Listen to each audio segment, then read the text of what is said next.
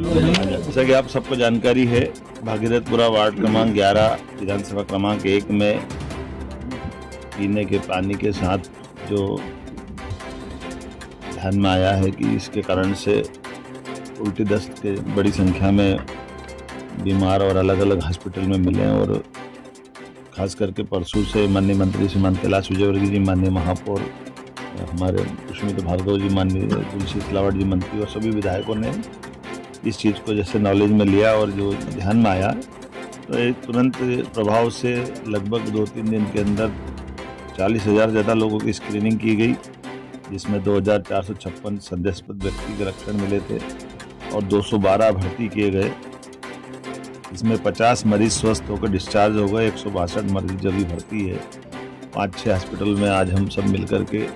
हर एक मरीज से मिलकर के आए और कमोबेश सबकी स्थिति करीब स्टेबल है और हॉस्पिटल में उनके उपचार की व्यवस्था ठीक तरह से की जा रही है। ये बात सही है कि प्रारंभिक रूप से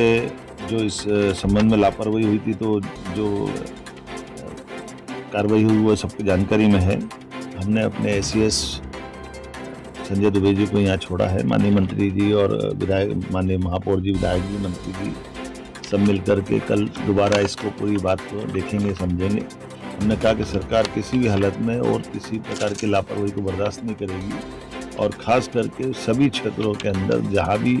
पानी से संबंधित शिकायत है उसको और अच्छे से जांच करें और भविष्य में ऐसी नौबत ना आए इसका प्रबंधन भी करें। और ये बात सही कि कुछ अधिकारियों की कमी है तो हम तो अधिकारी भी देने के लिए हमने कहा कि जो आपकी डिमांड रहेगी, इतना बड़ा नगर निगम है, हमको अमला भी चाहिएगा तो अमला देने के लिए भी सरकार तैयार है। मैं उम्मीद करता हूँ कि कल की बैठक के बाद में हम और अभी तक तो जैसे आज की स्थिति काफ़ी पीने के पानी के अलग से टैंकर लगाने के कारण से और कल चूँकि जल सप्लाई होगा, जल सप्लाई होने से और भी कहीं ऐसा कोई लीकेज अगर पाया जाएगा तो वो एक बड़ा भागीरथपुरा का एरिया है जिसमें लगभग 60% में तो जहाँ पानी शुद्ध गया वहाँ दिक्कत नहीं है, लेकिन 40% जहाँ लाइन नहीं डल रही है तो डलने वाली लाइन के स्थान के बारे में आवश्यक सावधानी रख करके जहाँ लीकेज है उसको दूर करने का प्रयास किया है। लेकिन उसके बावजूद भी जो भी बचेगा उस पूरे क्षेत्र को देख करके हमारे अमले और माननीय मंत्री जी और हमारे महापौर जी और बाकी समितियों के साथ उस हर एक चीज़ में सरकार